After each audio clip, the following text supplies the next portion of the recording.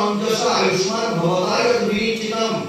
পুংসাম একান্তত শ্ৰেয় তৎ নাশম চিৰুমৰ্ভসি 1:1 প্ৰথম স্কন্ধ প্ৰথম অধ্যায় 9 নম্বৰ শ্লোক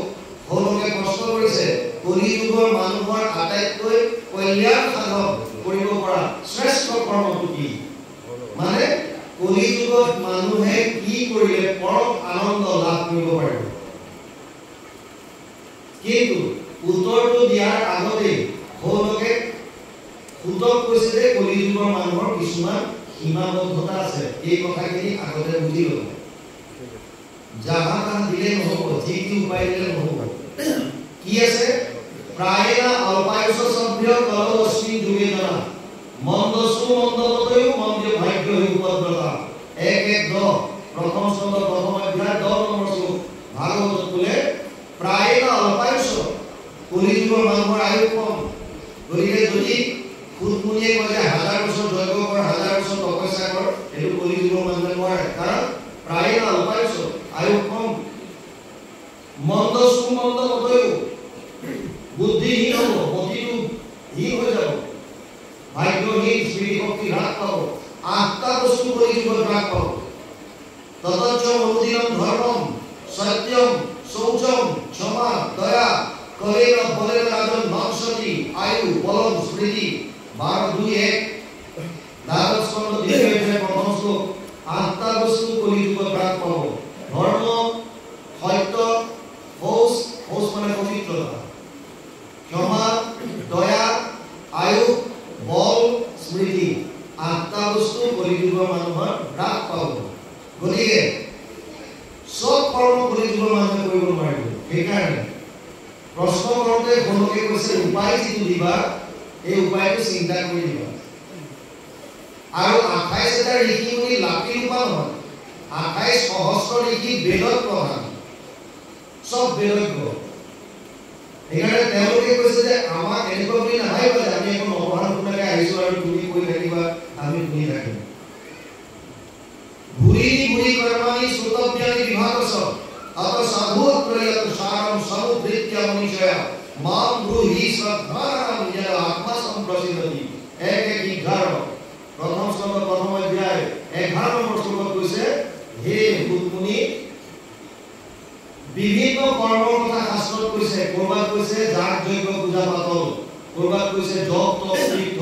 কৰবাত কৈছে দান দক্ষিণা কৰবাত কৈছে ধ্যান ধাৰণা সমাধি আচলতে কৰি কি সেইকাৰণে তুমি শাস্ত্ৰৰ সাৰটো উদ্ধাৰ কৰি আমাক কোৱা কি কৰিব লাগিব তাৰপিছত খুদমুনিয়ে কোৱা আৰম্ভ কৰিছে প্ৰথমে ক্লিয়াৰ কৰি দিলে কলিযুগৰ মানুহে কি কৰা উচিত সবে পুংসাম পরো ধর্ম যত ভক্তি অভোক্সলে অহেতুকি অপ্রতিহত যেন আত্মা সম্প্রসিদ্ধি 1:2:6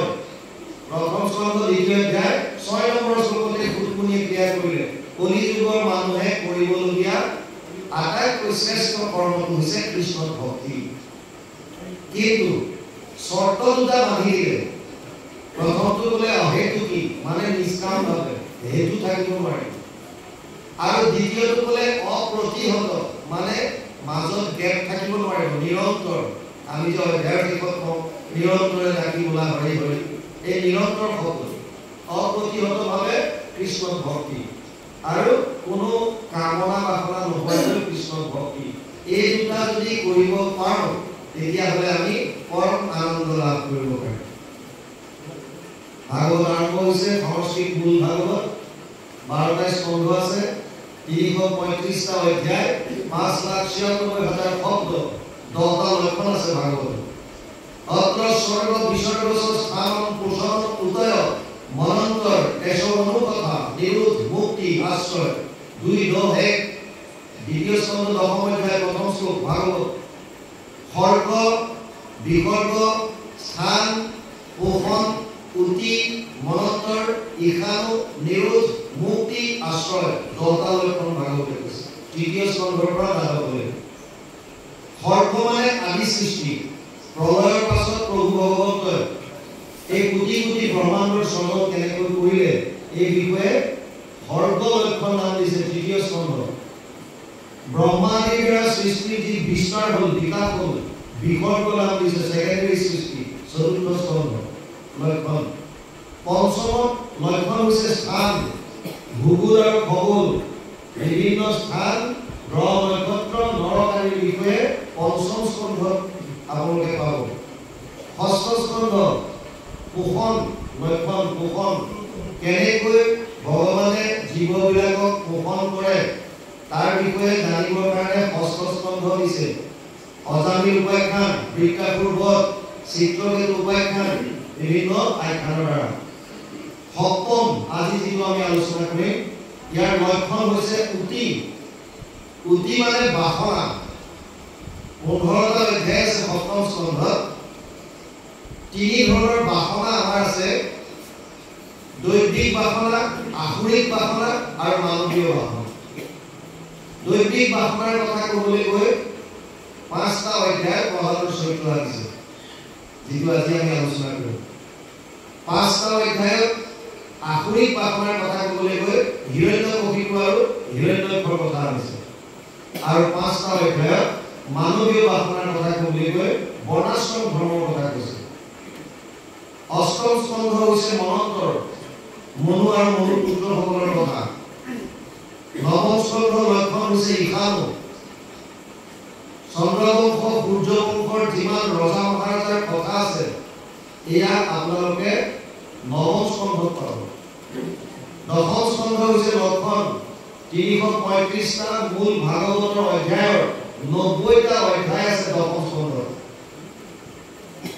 আটাইতকৈ ডাঙৰ স্কন্ধ, 3টা ভাগ কৰিছে অনুবাদত, আদি স্বৰ, মধ্য স্বৰ, শেষৰ স্বৰ।